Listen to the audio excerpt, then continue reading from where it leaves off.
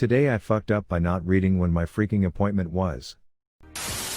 Warning, some audiences may find this content disturbing. View at your own discretion. Welcome to the House of Reddit. Today, we share some recent r/Today I Fucked Up stories posted on Reddit. Today I fucked up by not reading when my freaking appointment was. I am currently going through a divorce and am moving back in with the folks. It's a civil divorce. I'll probably be receiving papers sometime soon. There aren't any hard feelings. Except maybe I really hope I never have to see that family again in my life. Their toxicity is truly suffocating. I am glad I am out of that manipulative and verbally abusive household. I hope my former spouse grows up, even at the age of 28, grows some balls and stands up for not only another spouse, but for themselves. At the moment, I'm still only 21 years old and am not really keen on what happens when it comes to legalities and things. Thankfully I do have a lawyer cousin who is willing to use connections to help me out to make sure I don't get screwed over or ripped off. I also have a lot of social anxiety, except I think that's just a given for people my age these days, no? I have just applied for and received an enhanced driver's license when I was living with my spouse a few months ago. Now that I'm in the process of moving my belongings out, one of the things on my list to cover was to change my address on that license back to my parents' house address for obvious reasons.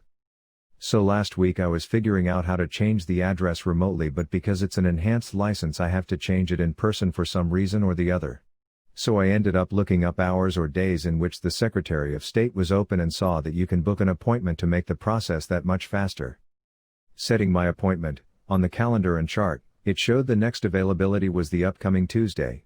It was perfect timing, it worked with everyone's schedules, so I clicked it and my appointment was immediately confirmed. That page had lots of detailed information on how to properly socially distance, like being courteous enough to stay outside or in the car until your appointment time, keeping a mask or homemade face covering on at all times, checking in with the person at the door, staying 6 feet apart from each other and the staff members. It also had information on what to bring, document-wise, to the appointment, like proof of address, the driver's license, maybe other identifying documents. I kept that confirmation page open on my phone so I wouldn't lose track of it, also to remind myself of what I will need. Come today, I have all my things ready to go, all the paperwork and documents I need, my mask on, looking good in case I have to retake my photo, my cash in case they don't take card, and my dad drops me off way earlier than the scheduled time, 1:15 p.m. I go to check in. The guy at the door asks if I have an appointment. I say yeah. I tell him my name is Haw Sketches and my appointment time is in a few minutes. He struggles to find my section on his clipboard full of papers on today's appointments. I show him my ID just in case he can't spell it right or he forgot or whatever. He still struggles to find it and I pull out my phone, open to be right on the confirmation page in preparation for a moment like this because I like to be ready for mishaps like this, and I hold it against the glass door. He reads it, squinting. I was not expecting him to just smile at me and say yeah, that appointment is for July. Jaw hits the mother freaking ground. What? No way. I turn my phone back to me and lo and behold, there it is in big, bold letters. Right at the freaking top of the frickin' page, a page that I have been checking for the past week multiple times. Driver's license/state ID transactions that must be done in person Tuesday, July 21st, 2021, 15 p.m. Thank God we have to wear masks. I called my dad, he circled back around and I was facepalming the whole way home. Ugh. How small and insignificant, but freaking embarrassing. A group project fucked up. I am a first-year college student and I was assigned with 2 students to finish a C++ project. We had a period of 2 weeks and because we usually get very cramped at the end of the semester, I decided I would do it alone because it would be faster and nobody talked to the other for 1 week about the project. We had 1 week left until the deadline and I managed to finish it and asked the 2 if they had done anything and obviously, they didn't, so I tell them I finished it and sent it to them to check it out and everything is going smooth. Until the first fuck up, which is the teacher saying we mustn't use some specific functions that I used in the project, which means I have to rewrite the whole thing from zero, and so I start telling my teammates that we need to work together to finish it. Fast forward to the day before the deadline and we haven't even started because they either made excuses or whatever code they sent was completely buggy and useless. I contact my friend, who's on another squad, to help me with some parts because of my situation, and he suggested joining them on their Discord meeting while they were doing their project, same objective as ours, and we work together and everything is going great, and we submit both our projects online and I tell both my teammates that I submitted and both didn't respond. Time for the big fuck up. She, teacher, posted the grades and my team and the team that helped me got a 0 and were asked to go to her office hours, and we did. First the other team entered while I was waiting for any of my team to show up, and while they were talking they said to join them because the teacher asked for me, and here's how it played out. Note, T for teacher, F for friend.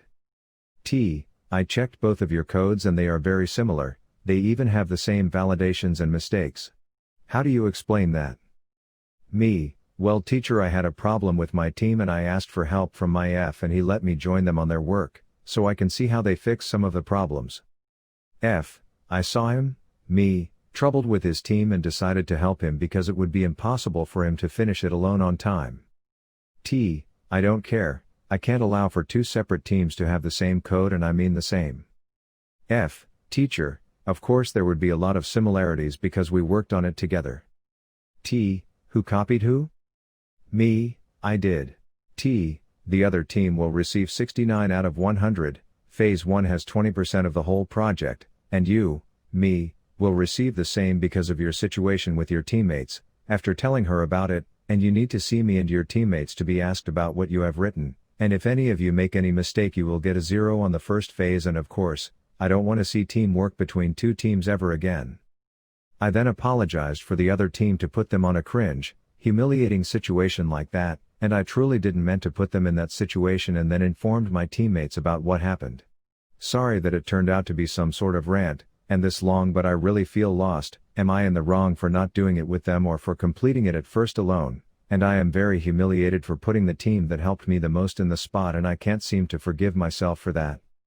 When she said about asking us questions, if I fail for example I would get a 0 and will not affect the other two, and the same goes for the other two.